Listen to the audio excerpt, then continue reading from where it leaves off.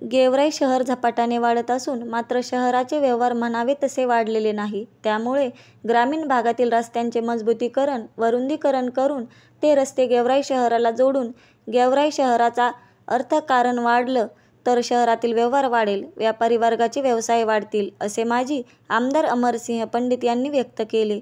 ते गेवराई शहरातील वीरशैव समाज बांधवाच्या स्मशानभूमीतील रस्ता व शेडच्या 40 लाख रुपयांच्या विकास कामाच्या उद्घाटन प्रसंगी बोलत होते. आज दिनांक 22/6/2025 वा रविवार रोजी माजी आमदार अमरसिंह पंडित यांच्या उपस्थितीमध्ये गेवराई शहरातील वीरशैव स्मशानभूमीतील सिमेंट रस्ता व शेडचे 40 लाख रुपयाचे उद्घाटन करण्यात आले. यावेळी अमरसिंह पंडित म्हणाले की वीरशैव समाज हा अत्यंत शांत व शिस्तप्रिय समाज आहे.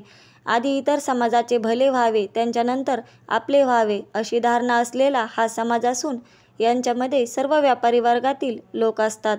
वीरशैव समाजाचे प्रश्न सोडवण्यासाठी शिवछत्र परिवार सदैव कटिबद्ध असून आपण या स्मशानभूमीच्या कंपाऊंड वॉलसाठी निधी उपलब्ध करून देणार असल्याचे या ठिकाणी अमरसिंह पंडित यांनी यावेळी सर्व वीरशैव समाजाला आश्वासन दिले. यावेळी आयोजकांच्या वतीने माननीय अमरसिंह पंडित यांचा सत्कार करण्यात आला. यावेळी मोठ्या संख्येने वीरशैव समाज बांधव संख्येने उपस्थित होते. कार्यक्रमाला इथं उपस्थित असणारे वीरशैव समाज बांधव समाजातील सर्व उपस्थित ज्येष्ठश्रेष्ठ युवक मित्र आणि बंधूंनो, फार दिवसापासून प्रलंबित असणारे वीरशैव समाजाचे काही महत्त्वाचे विषय होते. त्यापैकी स्मशानभूमीतलं एक शेड असावं आणि त्याचबरोबर पावसाळ्यात एखादी दुर्घटना जर काही घडली तर विधी करायला जाणं हे शक्य होत नाही आणि म्हणून तिथं एक रस्ता करावा असं एक आग्रही मागणी होती. आणि निवडणूक झाल्यानंतर मी मुद्दाम तुमचे आभार व्यक्त करण्याच्या हेतूनं चहापानासाठी मी तुम्हाला निमंत्रित केलं होतं, तुम्हाला आठवत असेल तर.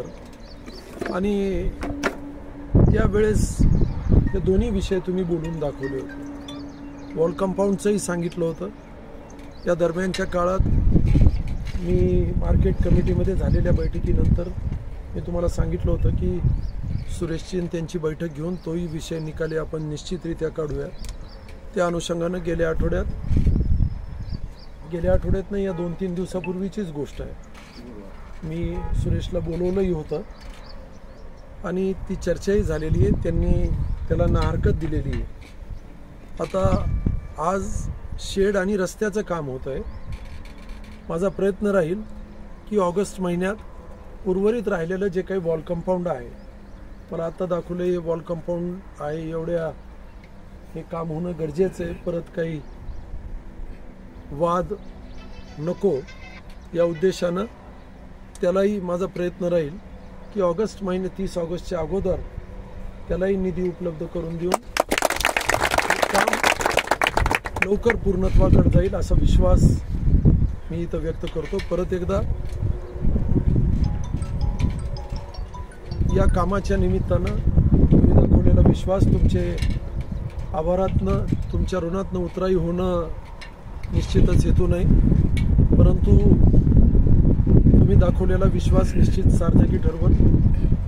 गेवराई शहरात मेन रोडवर त्या दिवशी रेणुका माताच्या मंदिरामध्ये एक बैठक झाली.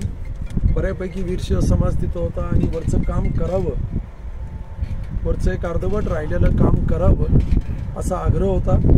या रस्त्याच्या संदर्भात सुद्धा मी सीओंना माझं बोलणं झालेलं आहे. आपलं त्या कामाच्या संदर्भात तेही करतोय. आणि मेन रोडवरचा जो काही व्यवहार अजून वाढला पाहिजे, त्या रस्त्याचं रुंदीकरण व्हावं म्हणून माझं ती एक व्यवहार व्हायला सुरुवात होती. गेवराई शहर एकाच दिशेनं चाललेलं आहे. गेवराई शहर जे आहे ते एका दिशेनं चाललेलं आहे. या जालना रोड आणि कोलेर रोड या दिशेनं चाललेलं आहे. ताकडगाव रोड वाढला पाहिजे. आपण आता ताकडगाव रोडचं या आठवड्यात त्यालाही पैसे दिलेले जवळपास 2.25 कोटी रुपये देतोय आपण.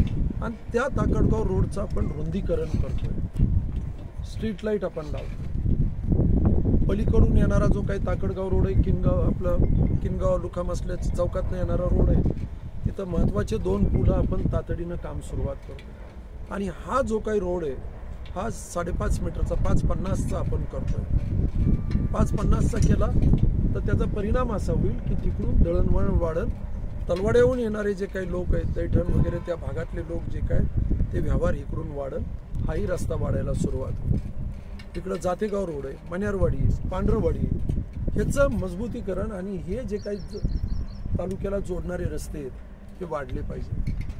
शहरात इतर सामाजिक जे काय ॲक्टिव्हिटीज आहेत त्याही वाढल्या पाहिजे. रोज सकाळी उठल्यापासून ब्रश करून ते संध्याकाळी तंबाखू चुना लावून झोपेपर्यंत, करणपुडी तोडेपर्यंत आपल्या त्याच गप्पा चालू आहेत राजकारणाच्या. हे आला ते आला, पर बारकं बी बोलत नाहीत आपण. आता इराण याचं इस्रायलच्या युद्धाचं बोलायला लागलेलो आहेत आपण, पण आपलं बोलतच नाही चान्स. आणि 12 महिने आपण राजकारणात असतो. मला वाटतं हा विषय थोडा बाजूला सोडला पाहिजे. ज्या दिवशी विजयची निवडणूक संपली, पंचायत समितीत आलो, आम्ही निर्णय करून टाकला. सगळ्याला सांगितलं, फार स्पष्ट सूचना दिल्या की पंचायत समितीतलं विहीर, घरकुल, गायगोठा आणि शेततळ कुणीच कुणाचा अडवायचं नाही. मला गेल्या आठवड्यात साधारण 87 कोटी रुपये आतापर्यंत वाटले. या 87 कोटीपैकी कुणीच मला एक गेवराई तालुक्यातला माणूस जर म्हणला की शिवचंद्र परिवारातला, मग आता कारण आम्ही 4-5 जण फिरणारे, या परिवारातला एकाही माणसानं रुपयाचा लाजिनदार आहे असं जर कुणी म्हणलं तर मी चौकात उठबशा काढीन. म्हणून हे उद्योग करायचा नाही. माझा म्हणण्याचा उद्देश असा की शहरात व्यवहार वाढताना दिसत नाही.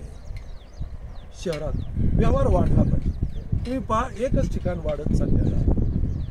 आज संध्याकाळपर्यंत हा निरोप काही लोकांना पोहोचल. अमोल त्याचं प्रामाणिकपणे काम करतोय, तो निरोप पोहोचल सगळ्यांना. पण व्यवहार सगळीकडे वाढले. आता मोंढा आपण बदल करतोय, मोंढ्याला पलीकडे इकडे एक नवीन मार्केट कमिटी करतोय. काल आपण तो एक निर्णय केला की नवीन मार्केट कमिटीचे मागं आपण काल सभागृहाला मान्यता आली. 2 गोडाऊन करतोय 5000 मेट्रिक टनचे आणि एक कोल्ड स्टोरेज करतोय 5000 मेट्रिक टनचे. ऑक्शन यार्ड 2 करतोय. जवळपास पुढचे दुकानं सगळे गेलेले आहेत. आता मागच्या दुकानांचं काम चालू आहे. मी दाव्यानं सांगतो, या मार्केट कमिटीमुळं शहरातले हे व्यवहार निश्चित या शहरातल्या अर्थकारणावर त्याचा परिणाम होईल. व्यवहार वाढले पाहिजेत. रोज आपण जर का पाहायला लागलो की याला दुकान द्यायचं नाही, आता मार्केट कमिटीचं हे त्या निवडणुकीत विरोधक होता, तुझ्यावरी उचल, मायची शपथ उचल, हे भानगडी होत नाही या परिवारात. मी बँकेतही करत नाही, कारखान्यात करत नाही आणि शिक्षण संस्थेत, तिन्ही ठिकाणी. ठीक आहे, देताना एखाद्याचा माप वंजळी भरून देऊ, जुना माणूस आहे म्हणून. आता स्वाभाविक आहे, माझ्याकडे आता तुमच्यातला पहिला जर कोण आला आणि त्याच्याबरोबर जर काही श्याम आला तर मी म्हणत माझ्या श्यामला 2 जास्त पहिल्यापासून बस, हे स्वाभाविक आहे. पण दुसऱ्याला देणार नाही असं नाही होणार. हे असं होणार नाही. त्यालाही काही अटी शर्ती घालावं लागतील श्यामला मला आता. दुसऱ्याला देणार नाही असं नाही, सगळ्याच्या ह्याच्यात आणि सगळ्याचं ऐकून घेणं गरजेचं आहे. लहान लहान समाज आहेत, मी पाहतो निवडणुकीच्या नंतर लहान लहान समाज आहेत, लहान कारणाने विषय राहिलेले. सोनार समाजाचं ते एक क्षुल्लक कारणानं त्याचा PTRच देत नाही. आता का देत नव्हते काही नाही, सोडून आम्ही आले होते. विजयने मला सांगितलं होतं PTR साठी राहिले, कलेक्टरची परवानगी पटकरनं आपण तो विषय संपवून टाकला. त्यांचा PTR झाला.